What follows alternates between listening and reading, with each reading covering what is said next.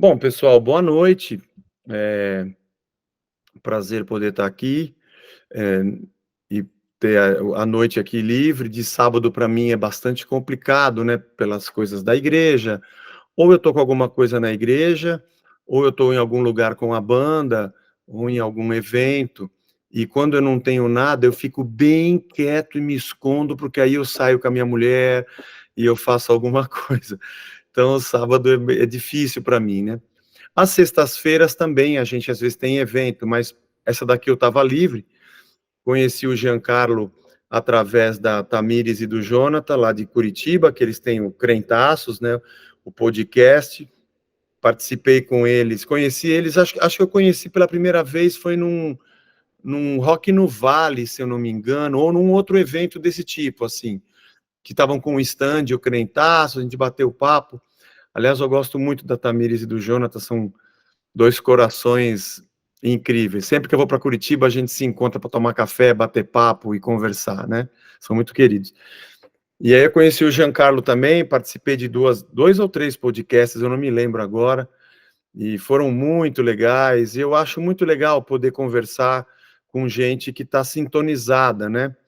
E que a gente pode repartir, multiplicar o evangelho. Então, estamos aí. Eu tinha hoje a noite livre, então vamos que vamos, né? Como a gente não se conhece, eu decidi compartilhar com vocês algo que foi legal para mim, né? Eu estou numa série de estudos que eu já comecei há mais de 2 anos. Nós viemos estudando Lucas, né? E agora entramos em Atos dos Apóstolos, então a gente está há bastante tempo. Esse ano aqui a gente acaba, acho que agora no comecinho do segundo semestre a gente deve encerrar o livro de Atos, né? E tem sido assim muito legal, sabe? Muito legal. Então, eu queria compartilhar com vocês um trecho de Atos 19, que é um texto que me acompanha já há algum tempo. Eu já falei sobre ele algumas vezes e, e por acaso passei por ele de novo algumas semanas atrás. Agora nós estamos entrando entre o capítulo 21 e 22. Algumas semanas atrás eu estava no 19, que é quando Paulo, na sua terceira viagem, está em Éfeso. E eu acho muito legal. Tem uma lição aqui que foi muito legal para mim. A gente enfrenta, às vezes, algumas situações assim na vida, que a gente fica um pouco perdido, sabe? Tentando encontrar caminhos, né? Encontrar caminhos e tentando se encontrar no meio dos caminhos, né? Tentando se achar na vida. Às vezes eu encontro pessoas que estão meio desnorteadas, mas elas estão firmes no evangelho. Acho que esse é o ponto importante. Teve um amigo outro dia, na missão que ele tinha, no trabalho, ele falou: Zé, será que eu estou perdido? Eu falei: não, acho que você está se achando. Porque você não está se afastando do reino, você está se aproximando de Deus, né? Você não está fugindo das coisas dele. Você está tentando se encontrar no meio do caminho, né? E, e acho que essa é uma fase que a gente passa algumas vezes na vida. Quem nós somos, o que a gente está fazendo, por que a gente está fazendo o que estamos fazendo, o que a gente está fazendo, onde a gente está, se nós nos entendemos diante de Deus. Algumas vezes na vida a gente passa por isso, né? Então eu me lembrei desse texto hoje, estava pensando o que eu falaria, me lembrei dele. E como você falou para cantar uma música, eu não vou cantar a música do Resgate, que eu já estou de saco cheio de tocar a música do Resgate. Eu prefiro pregar do que tocar. Porque a pregação, cada domingo tem uma coisa para pregar. Quando eu faço show, eu canto a mesma música, do mesmo jeito, né? Então eu toco o rock da vovó já faz 30 anos, já 32 anos que eu toco a mesma música. A galera curte, a gente se diverte, né? Mas eu gosto quando eu posso cantar outra. Essa daqui não é minha, né? Essa daqui é da nossa MPB mineira. É do Sérgio Magrão e do Sá. Vamos ver se eu gosto muito de Sá e Guarabira. Vamos ver se eu acerto. Por tanto amor, por tanta emoção, a vida me fez assim. doce ou atroz, manso ou feroz, eu caçador de mim, preso a canções, entregue a paixões que nunca tiveram fim. Vou descobrir o que me faz sentir, eu caçador de mim. Nada a temer, senão correr da luta.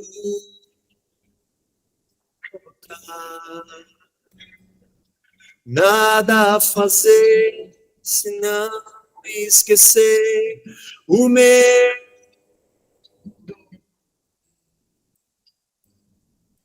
Abrir o peito, a força numa procura.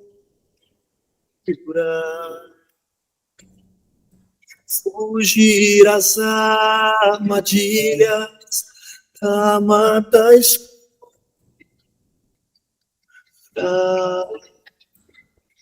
Longe se vai, sonhando demais, mas onde se chega ao fim?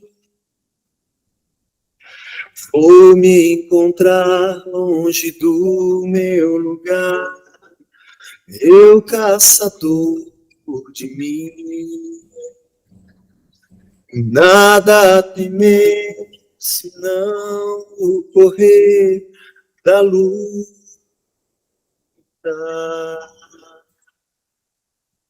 Nada a fazer, senão esquecer o medo.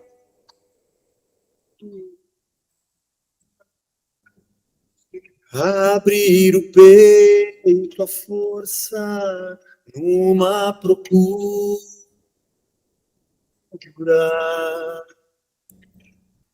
Fugir às armadilhas da mata escura.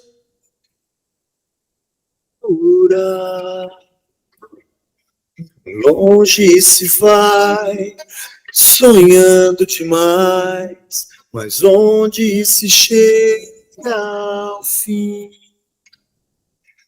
Vou me encontrar longe do meu lugar, eu caçador de mim. Vou me encontrar longe do meu lugar, eu caçador de mim. Vou me encontrar longe do meu lugar, eu caçador de mim.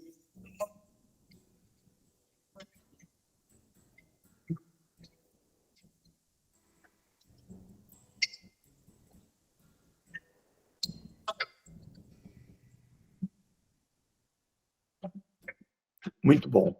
Essa é das minhas preferidas.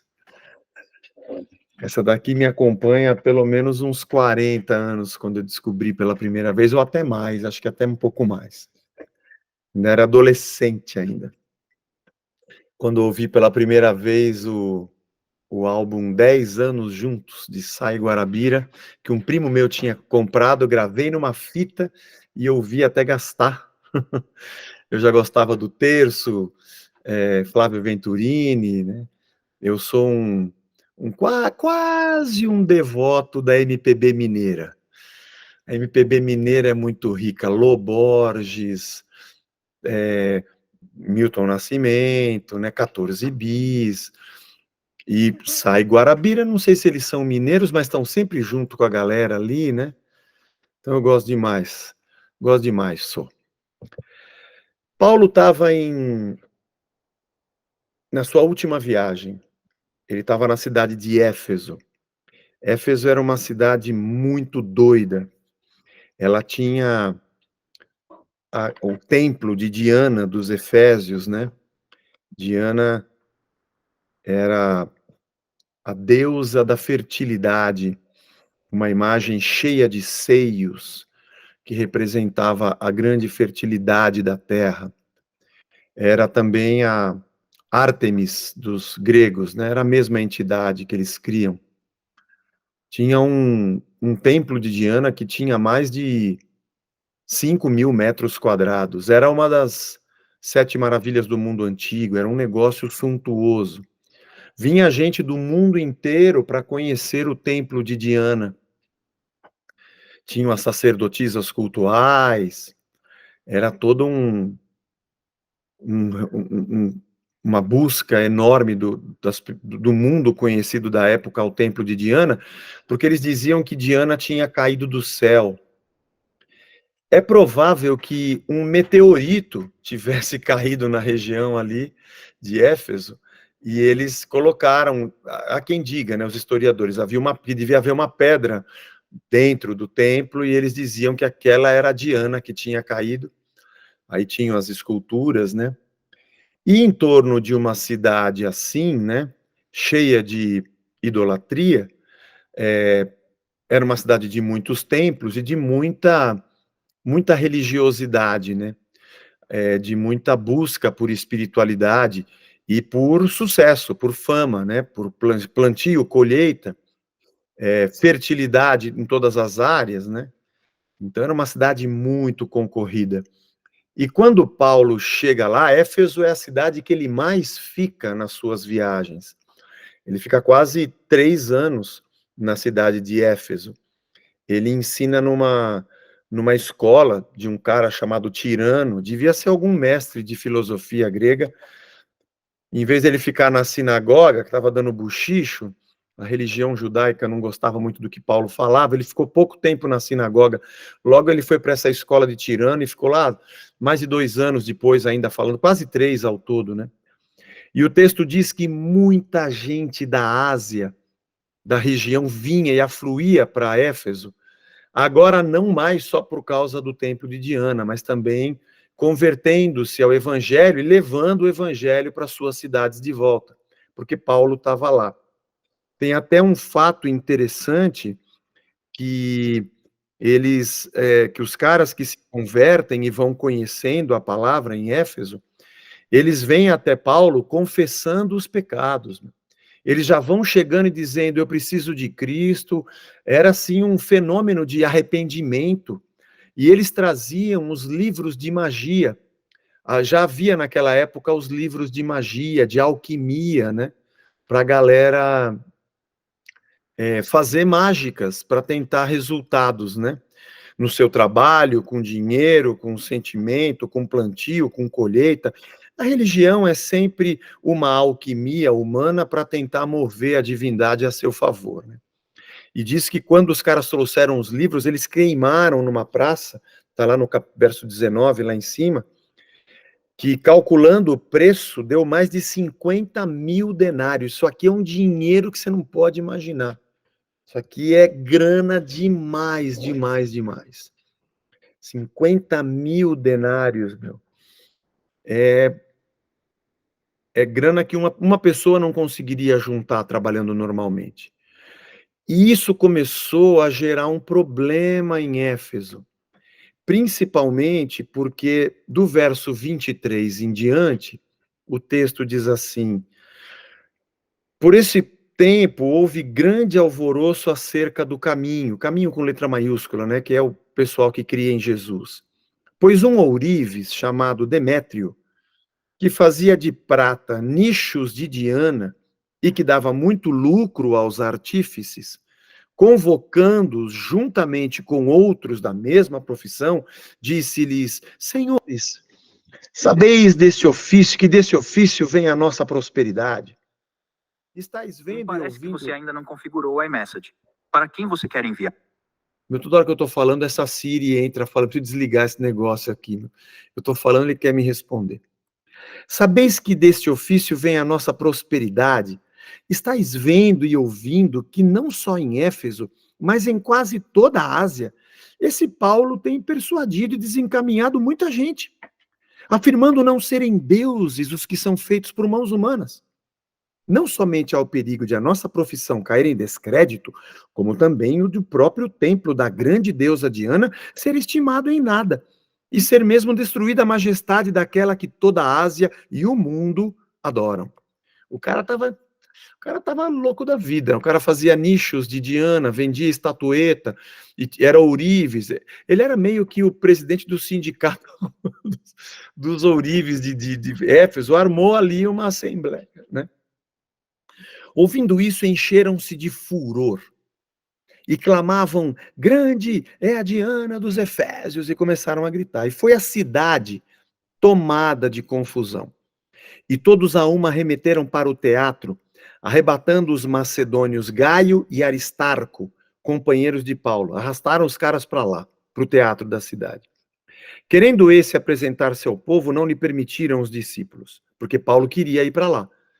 Meu, que tá essa gritaria na cidade, eu vou para lá, os caras. Paulo, você não vai, que os caras vão te matar. Não deixaram. Também as iarcas eram caras que deviam ser meio que oficiais da província da Ásia, gente de destaque, que eram amigos de Paulo, mandaram rogar-lhe que não se arriscasse indo ao teatro. Fala para Paulo não sair de casa, o bicho está pegando. Uns, pois, gritavam, isso. Uns, pois, gritavam de uma forma e outros de outra, porque a assembleia caíra em confusão, e na sua maior parte nem sabiam por que motivo estavam reunidos.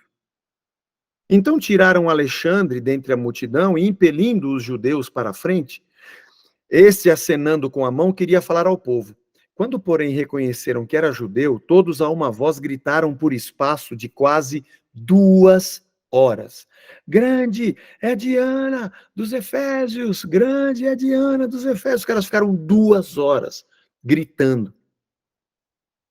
O escrivão da cidade, tendo apaziguado o povo, disse: Senhores Efésios, quem porventura não sabe que a cidade de Éfeso é a guardiã do templo da grande Diana, da imagem que caiu de Júpiter?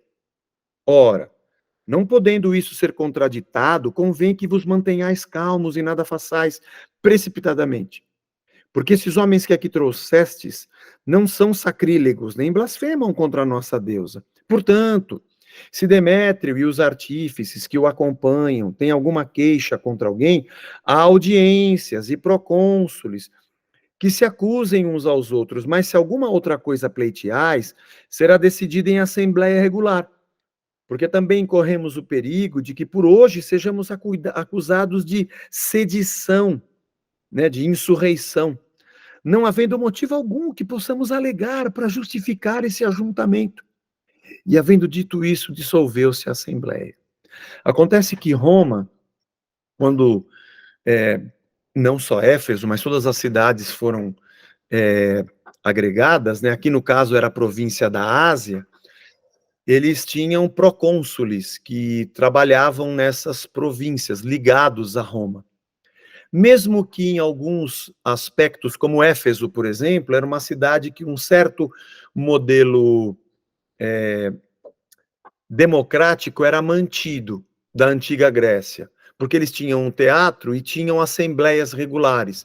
Tudo que acontecesse na cidade tinha que ser decidido nessas assembleias. E o procônsul de Roma participava, porque já era o hábito da cidade. No caso de Jerusalém, por exemplo, eles mantiveram o templo, porque o templo era lugar de ajuntamento dos judeus. Roma sempre mantinha algumas coisas nas cidades que ela dominava para manter a paz e não ter problema de revolta do povo. Mas se houvesse uma revolta, ajuntamento de sedição, como esse daqui ele disse, Roma punia com a morte dos caras que estavam à frente e matava os caras que estavam fazendo qualquer tipo de insurreição. Então o escrivão, quando ele viu os caras por 2 horas, a cidade em alvoroço, e aquela notícia espalhando, ele corre lá e fala: gente, calma, meu, para que isso aqui, ô Demétrio, você tá doido? Se por acaso o procônsul vem aqui, você tá morto, meu. Você e toda essa galera que tá com você. Todos esses ourives aí. Cara, se o Paulo tá falando alguma coisa contra a Diana, vai numa assembleia regular. Acontecia, se eu não me engano, 3 vezes ao mês. Ou eram 3 assembleias no final de cada mês, eu não me lembro agora. Mas eles... Então não faz isso, cara. Não façam isso porque vocês vão ficar doidos. O Demétrio não estava defendendo uma deusa. Estava defendendo a grana. Demétrio sabia bem o que ele estava fazendo. Ele sozinho ia lá brigar com Paulo. Então ele pensou, mas se eu juntar a galera e disser para eles, olha, a gente vai perder grana, o nosso negócio.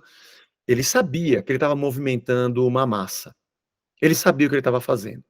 E quando ele entra com esse discurso de que e vai cair em descrédito a grande Diana, já pensou acabar a nossa fé? Aí já veio com um discurso mais um pouco espiritualesco, aí agregou mais, gente.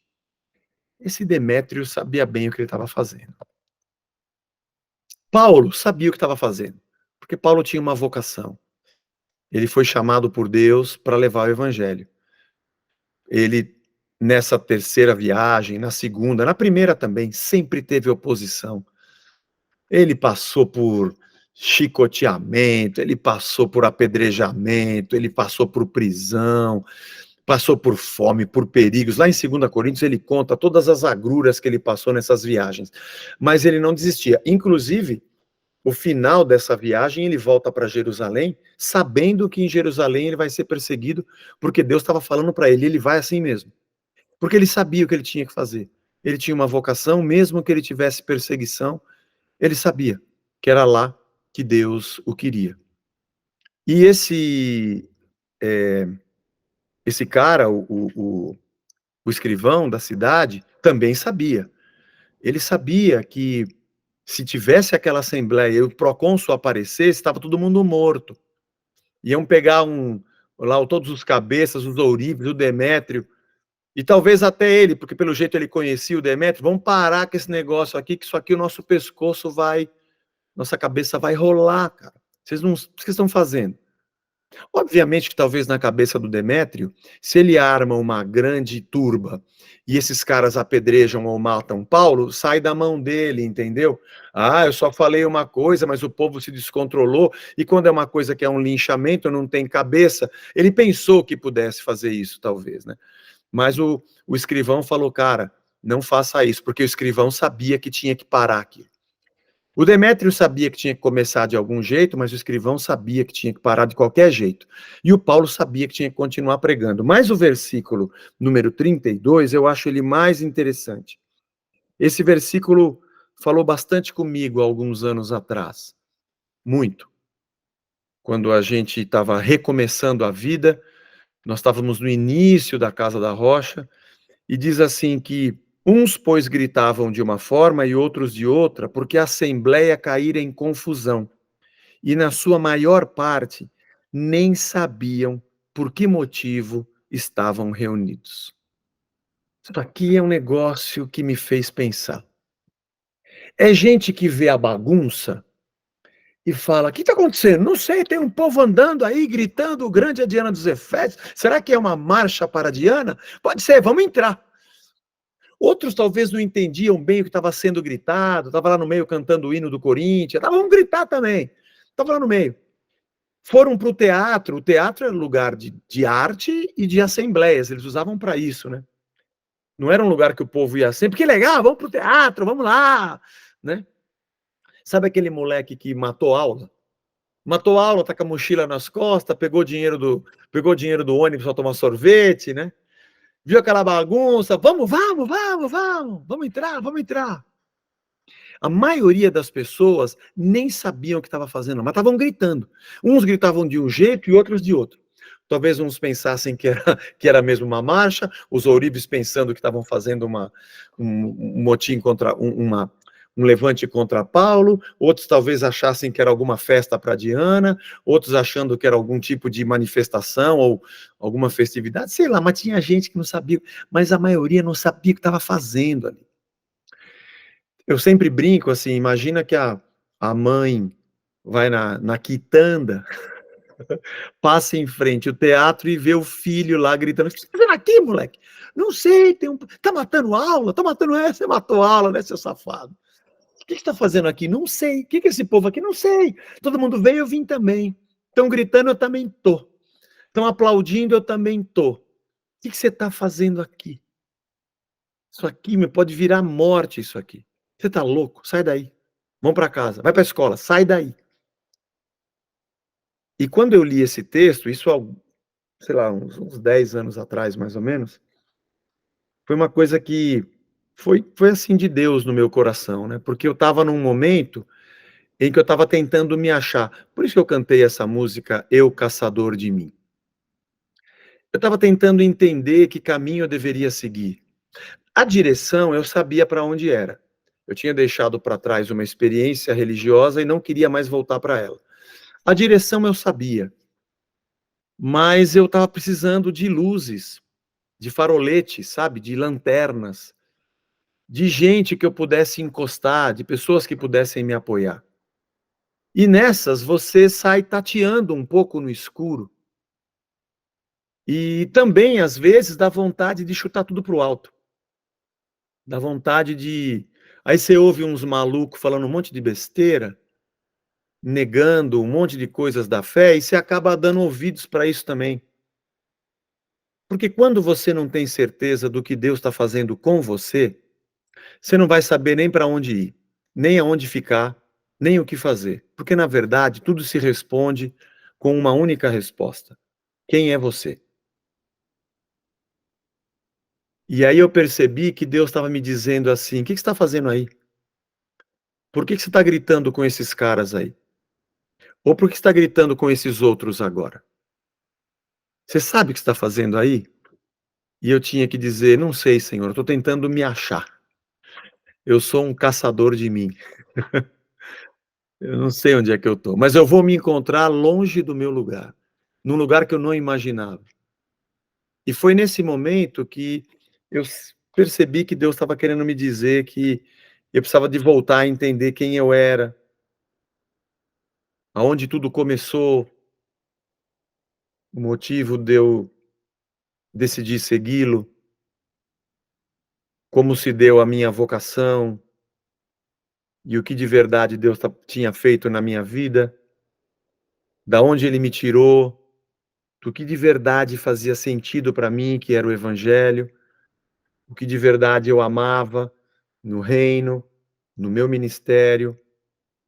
E aí eu pude acordar e falar: é verdade, eu estou tentando me achar, eu preciso voltar para tudo aquilo que o Senhor me ensinou ao longo da vida, porque encontrando quem eu sou, eu vou entender em que lugar eu devo estar, e esse não é o lugar que eu devo estar.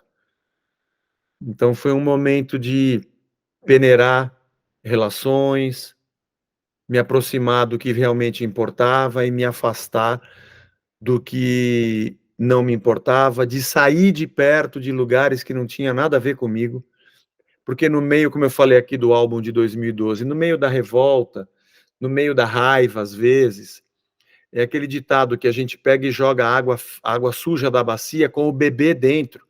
Você deu banho no bebê, tira o bebê e joga só a água, não vai jogar o bebê junto.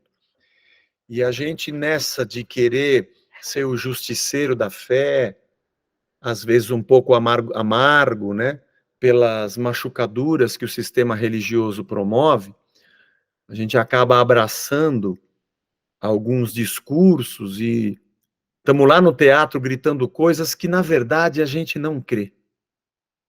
E a gente faz isso contra o reino, contra a obra, contra a missão, contra a própria igreja de Cristo, porque os lugares que nos machucaram, a gente quer chutar, entendendo que quem nos machucou não foi Deus. Foi um sistema de gente que sabe muito bem o que está fazendo, por outros motivos. A gente não. A gente é do Senhor. A gente ama Jesus e quer servir a Deus. Então eu percebi que Deus estava me dizendo: o que você está fazendo aí, Zé? O que você está fazendo aqui? E eu falei: não sei, Senhor, não sei. Por que você está falando essas coisas? Por que você está pensando essas coisas? Quem foi que colocou isso na tua cabeça? O que você está fazendo, cara? Você está louco? E eu me lembro que eu não estava pregando sobre Atos e nem sobre nada, né? Agora eu estou pregando sobre Atos. Mas eu compartilhei isso com a igreja há uns 10, 11 anos atrás. E agora que nós estamos estudando Lucas e Atos, eu, por acaso, passei de novo por esse texto e me lembrei. E me lembrei do que aconteceu lá, do que aconteceu comigo lá, do que Deus me falou. E todos esses 10, 11 anos, quanta coisa aconteceu. E eu queria repartir isso com vocês, então. Quem é você? que você está fazendo aí, meu? Você não é isso. Talvez a loucura, a festa, a doideira, a amargura te colocaram nesse lugar, mas isso não é você. Você está gritando um negócio que você nem sabe o que você está fazendo. Você parar e colocar a mão na consciência, você vai ver que você está tentando se achar. Talvez seja um movimento reativo, pendular, porque isso aqui me machucou, eu balanço e vou para um outro lado completamente extremo. E sou mais guiado pelas minhas feridas e pelas minhas machucaduras do que de verdade pelo Espírito Santo. Me uno a Demétrio, me uno aos revolucionários, saio fazendo coisa que eu nem sei porque eu estou fazendo, num lugar em que eu nem deveria estar, com gente com quem eu nem deveria estar me relacionando, e sendo um tipo de pessoa que eu também não sou. Muito satisfeito porque eu estou dando porrada no que me machucou. Mas eu não preciso disso para ser feliz. Eu só preciso me encontrar. Minha alegria não está na minha fuga, mas está de verdade em encontrar quem eu sou, no lugar onde Deus me quer, fazendo o que Ele me ensinou a fazer, cumprindo minha vocação, mesmo que tenha perseguição, como Paulo. Mas o centro da vontade de Deus é o centro da nossa satisfação e da nossa verdadeira vida. Então é isso que eu queria compartilhar com vocês. Que Deus abençoe vocês na jornada, no caminho. E sempre se pergunte, o que eu estou fazendo aqui? Por que eu estou fazendo o que eu estou fazendo? Quem sou eu? Deus me ajuda para eu estar no centro da tua vontade. Não importa quanta perseguição tenha. A vida é difícil. Batalha vai ter em todo lugar. Eu só não posso tomar porrada do procônsul por estar fazendo isso, sendo que nem é o meu lugar. Se eu tiver que apanhar porque eu estou pregando o evangelho, tá tudo certo. Eu estou fazendo o que Deus mandou eu fazer. Isso aí, galera. Deus abençoe vocês. Amém. Valeu, Zé. Rapaz, enquanto você estava falando, eu me lembrava de uma reflexão em cima daquela ideia de não se conformar com o mundo, que muitas vezes leva a gente a virar o negativo do mundo, sabe aquela coisa? Pô, se o mundo assiste futebol, o crente não pode ver futebol. Uhum. Se o mundo ouve essa música, eu não posso ouvir essa música. E aí a gente acaba fazendo o negativo do mundo, como se não se conformar ao mundo fosse ser o oposto do mundo. E essa reflexão surgiu para mim quando eu vi um buraco no formato de um quadrado. Eu falei, pera, um buraco no formato de quadrado também é um quadrado. Se eu tiver um molde vazado do mundo, eu estou me conformando ao mundo. O que está pautando o meu comportamento não é Cristo, é o mundo.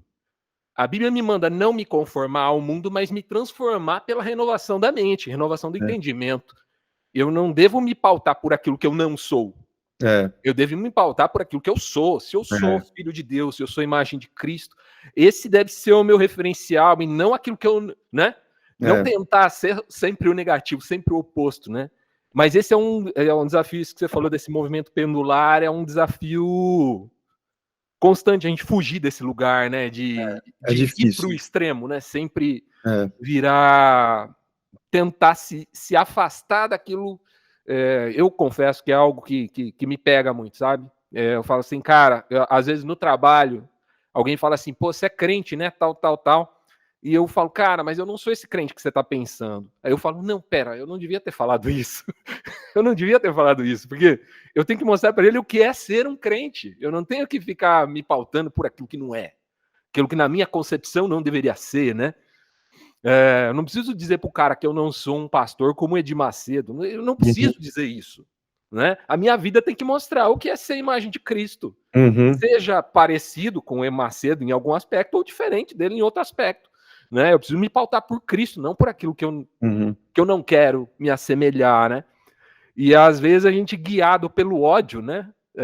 A gente viveu um processo de cisão na igreja muito grande, até pelo cenário político e tudo mais, que gerou, que eu senti que foi muito movido pelo fígado, assim, né, pelo ódio, aquela coisa de nós contra eles, aquela coisa muito violenta, né, e que gerou alguns afastamentos que eu não vejo muita possibilidade de aproximação em curto e médio prazo, assim, né. Exatamente por causa dessa repulsa que você cria, né, por determinados símbolos, por determinados comportamentos, né, e acaba isso acaba transbordando para coisas que nem são necessariamente ruins, mas que acaba entrando no mesmo balaio, né? Mas tem esse aspecto também. Muito bom. Muito legal. Pessoal, costumeiramente a gente abre para perguntas, contribuições no final. Então, quem quiser fazer algum comentário, pode levantar a mão, perguntas para o Zé. Só não perguntar para ele como é que é as perguntas banais lá que a gente estava falando. Quando começou o resgate? Quando começou o resgate, era difícil tocar bateria na igreja? Ó, Zé, tá aqui na sala o Hernani, que participou com a gente de gravação, né, Hernani? Você tava junto legal. quando a gente gravou na Crentaço, né, ou não? Ele tava naquele dia? Acho que tava. Eu acho que sim. Tá lá, tava, Legal, apareceu legal. fazendo joinha. Hernani é da Crentaços também, junto comigo. Os filhos dele são as figuras. Legal. Tá por aqui também 2 caras que são de uma banda que eu tenho de covers, inclusive do Resgate, inclusive Rock Double Vox, você tava falando que toca há mais de 30 anos, a gente toca também, o Eliandro e o André. Legal. Também estão por aí, e tem a turma da igreja presente, enfim, e convidados que todos nós convidamos e que apareceram por aí também. Legal. E aí, turma, quem gostaria de fazer algum comentário, alguma pergunta, complementar, trazer alguma reflexão em cima da mensagem do Zé? Pode falar, Esdras. Uma coisa que sempre me pega, assim, não só nas mensagens que eu tenho ouvido, que eu ouço, né, da Casa na Rocha, ou mesmo da própria letra das composições da banda Resgate, sabe? É uma tentativa não sei se seria exatamente essa palavra, mas foi algo que eu pesquei na hora que ele falou que a religião é essa tentativa do ser humano de alcançar a Deus através de vários subterfúgios, né? No caso das pessoas que tinham uma vida distante de Deus, através da magia, a religião não se passa, não é tão diferente disso, na verdade, a religião é bem isso. Toda e qualquer feitiçaria, toda e qualquer obra das mãos humanas, né, é uma tentativa religiosa de se aproximar a Deus, se aproximar de Deus, que em vez de se aproximar, só distancia. Eu estou tentando complementar aqui, mas já vi o Zé falar em outras pregações também de uma forma até mais categórica do que essa, sabe? Eu estou só tentando explanar essa minha percepção do que eu vejo muito nas músicas, né? Uhum. Falar nisso, uma das minhas músicas preferidas, na verdade, Não Me Apetece Assento na Casa dos Lords.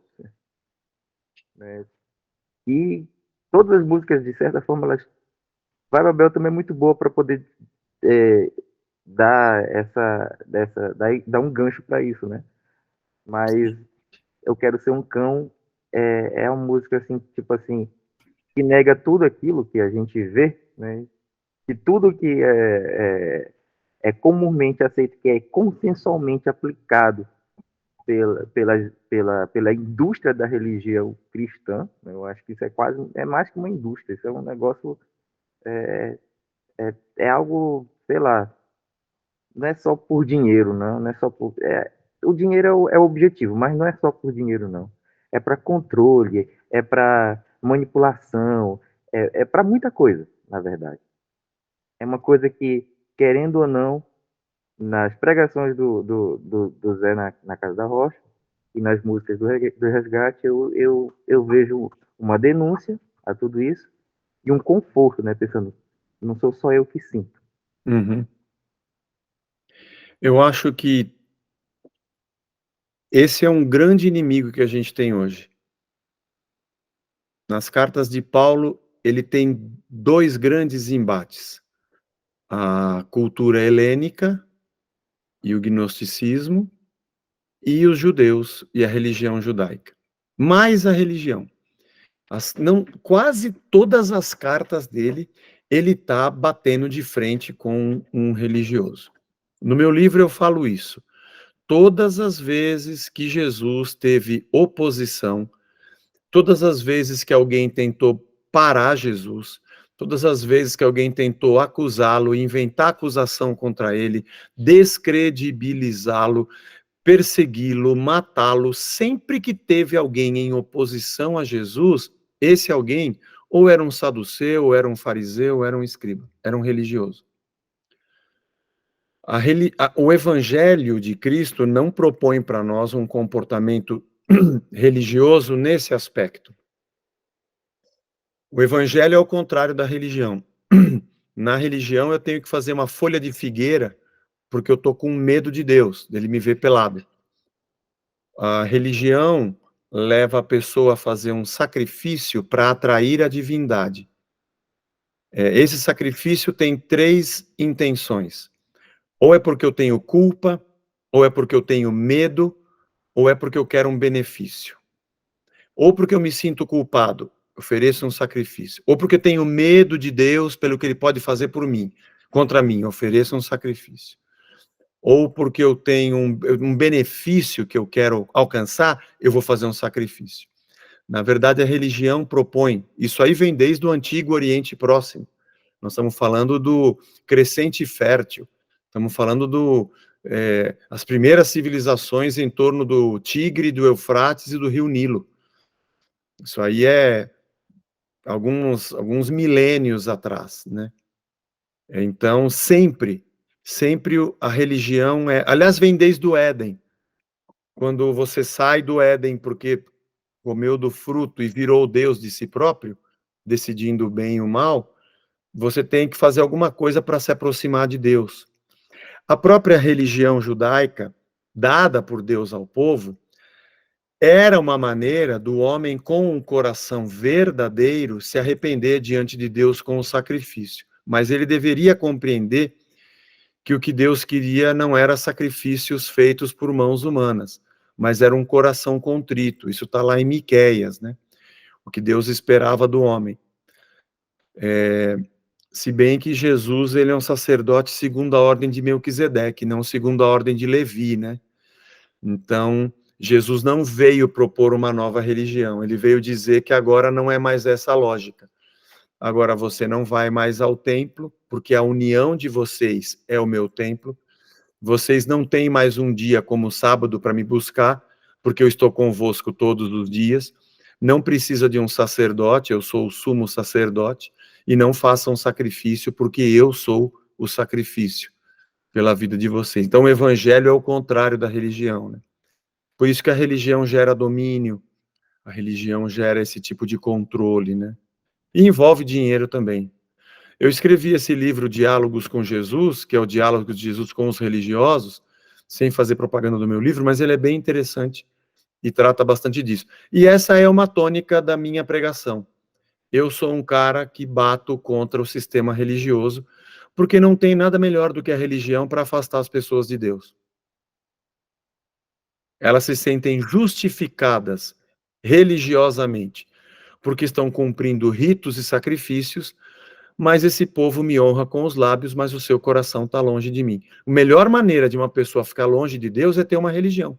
Ela está longe de Deus, fazendo ritos e cumprindo ordens e sacrifícios, não está com Deus, mas ela não busca mais a Deus, porque ela acha que tem. Então essa daí é o melhor, essa é o que o diabo já ganhou. Porque alguém fora da religião pode tentar buscar Deus de um outro jeito e acabar encontrando, né? Mas quem está na religião acha que já tem Deus, né? Esse é o pior caso. Tem um exemplo que o pessoal da Igreja Presente já ouviu eu falar disso um monte de vezes, até a Dani falar disso um monte de vezes, que um dia a gente estava sentado orando com uma galera que mora numa calçada aqui de Indaiatuba, morava, né, numa calçada aqui de Indaiatuba, e a gente ia lá de vez em quando, levava alguma coisa para comer, sentava com eles, ouvia, ajudava em alguma coisa, orava, tudo, mas a gente sentava junto com eles, né? E numa dessas ocasiões que a gente estava lá sentado, chegou alguém oferecendo sopa, né? Aí mandou todo mundo levantar, todo mundo levantou, orou, de uma igreja, né? Sentou, pronto, vamos embora. Aí a gente levantou também, ofereceram sopa para a gente também, a gente não aceitou, a gente falou, não, já jantamos, tá tudo bem. Acharam que a gente também estava ali, né? Morando também ali. E aí, quando esse pessoal saiu, um rapaz, assim, já muito afetado por droga, sabe? Que tava conversando com o coração, ele virou para mim e falou: "Você sabe o que eles vieram fazer aqui?" Porque ele notou a diferença, né? Ele falou: "Você sabe o que eles vieram fazer aqui?" Eu: "O quê? O que você acha que eles vieram fazer?" Eles vieram aliviar a consciência. A proposta da religião tem muito a ver com isso, né? Tem a Esse ver. exemplo que você citou do medo, da oportunidade, né? E Da culpa e do benefício.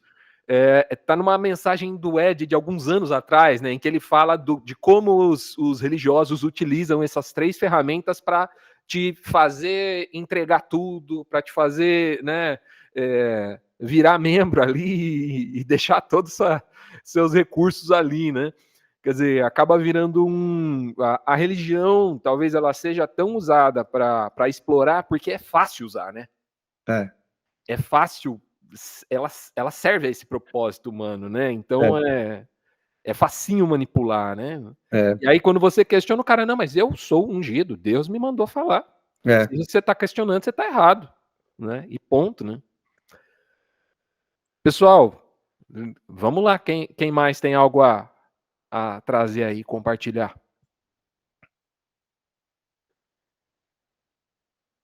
Olha, eu acho que não vai ser tão já que o Zé volta aqui, hein? Gostaria que voltasse já, mas não é muito frequente, mas fica à vontade aí, pessoal. Pode levantar a mão. Perguntar fora do assunto também, tipo, que time eu torço, sabe? Ih, rapaz, A tabela do esse vai ser campeonato. polêmico.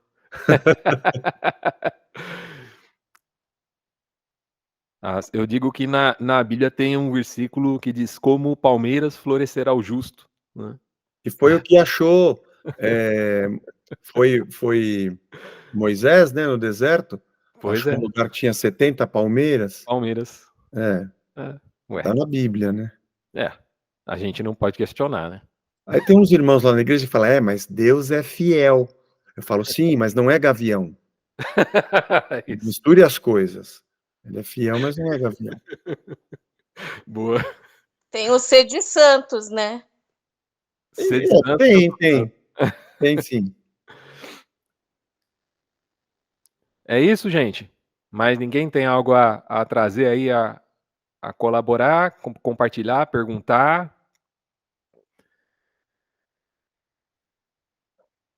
Maravilha. Vamos embora, então. Obrigado, Giancarlo. Deus abençoe vocês aí. Amém. Você também, meu querido.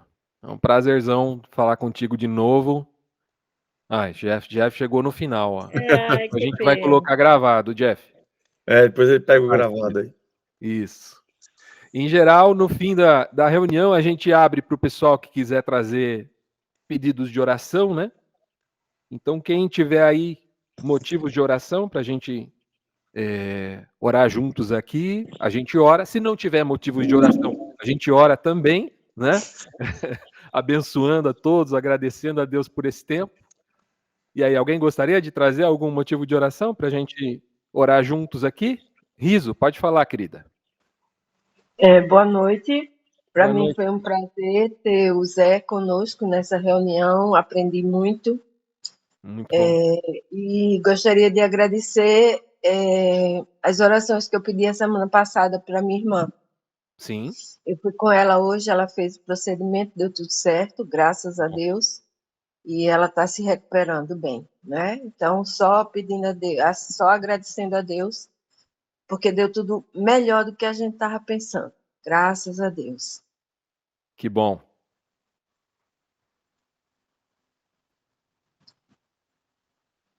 Rosineide, né, Riso? Isso.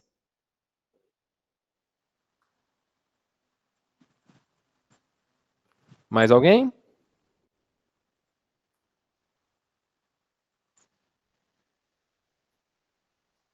Pessoal, se você está pela primeira vez aqui, geralmente esse momento no final é mais longo, tá? A gente conversa mais. É que o pessoal está um pouco tímido aqui, que está com bastante gente. Verdade, em geral, verdade. demora mais tempo. Eu queria que orasse pela vida, né, do Zé, né? Amém. Abençoasse ele, a família, né? E todos nós aqui também, e aqueles que não puderam participar também. Amém.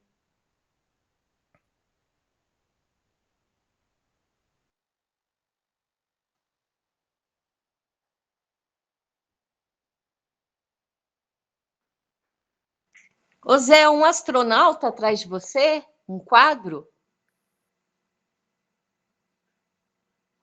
Não, tem umas. Aquilo ali é quadro do Marcelo, ó, igual aquela cruz que eu tenho aqui, não é não? Ai, que lindo! Não, aquele no meio, parece um astronauta.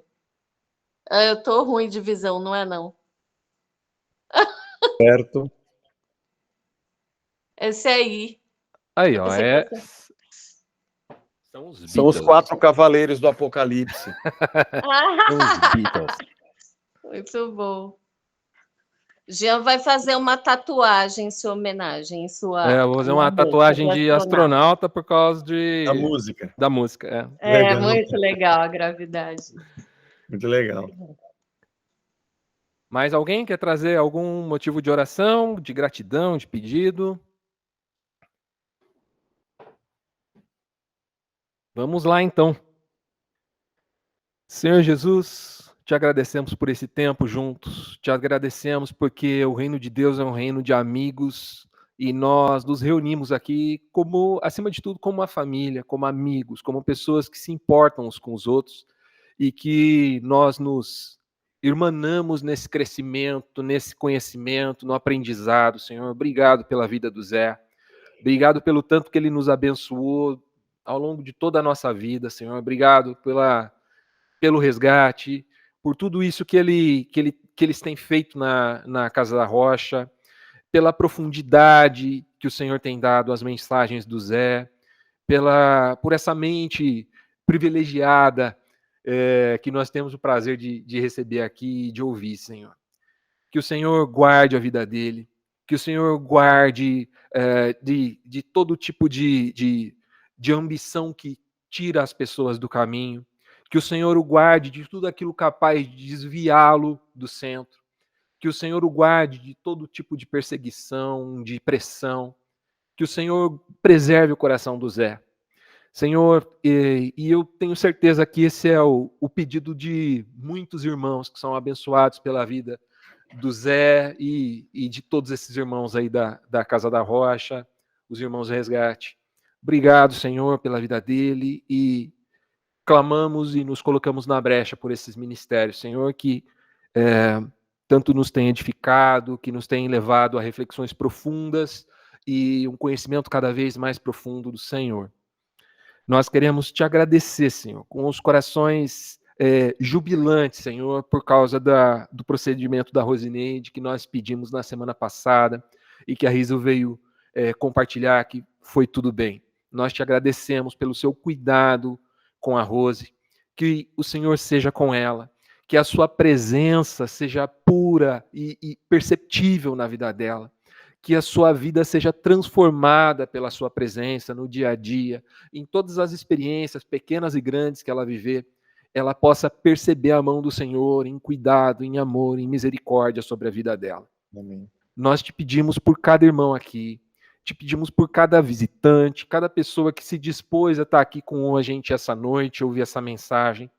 Nós clamamos que o teu Espírito Santo faça a obra que é dele, que é de tratar o nosso coração, de amadurecer, de nos fazer lembrar daquilo que o Senhor falou através do Zé hoje. Então, opera em nós, Espírito Santo, em cada um de nós, leva-nos a reflexões, leva-nos a conhecimento, e que essa palavra frutifique no nosso coração e nos leve às profundezas do seu coração. Guarda-nos essa semana, guarda-nos em ti, e que a gente tenha oportunidade, Senhor, de ouvir, reter e aplicar tudo aquilo que nós ouvimos hoje aqui. É isso que nós te pedimos, em nome de Jesus. Amém. Amém. Amém. Amém. É isso aí, pessoal.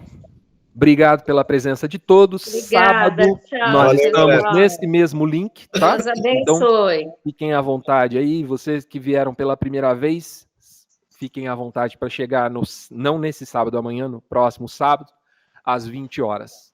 Beleza? Abraço. Vocês já têm o link, já Beijo, sabem o endereço. beijo. Só chegar. Abraço, gente. Falou, Beijo, Zé. filho. Obrigado, Linda. irmão.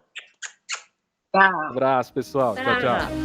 Olha só, eu queria primeiro te agradecer, porque se você chegou até aqui, é porque você assistiu essa pregação inteira. Uma vez que você chegou até aqui, você deve ter percebido que no final da mensagem eu dou um espaço para todo mundo interagir e participar. E se você está vendo esse vídeo no YouTube, você também pode interagir e participar aqui embaixo nos comentários, dando a sua contribuição. Se você gostaria de participar ao vivo com a gente, agora está mais fácil do que nunca. Você só acessa igrejapresente.com/encontro. A gente está sempre ali, aos sábados, às 20 horas. É só chegar, participar, edificar e ser edificado com a gente. Clicando neste botão aqui, você segue o nosso canal e clicando neste botão aqui, você tem acesso a todas as nossas reuniões da Igreja Presente. Seja muito bem-vindo e aproveite. Abraço, tchau, tchau.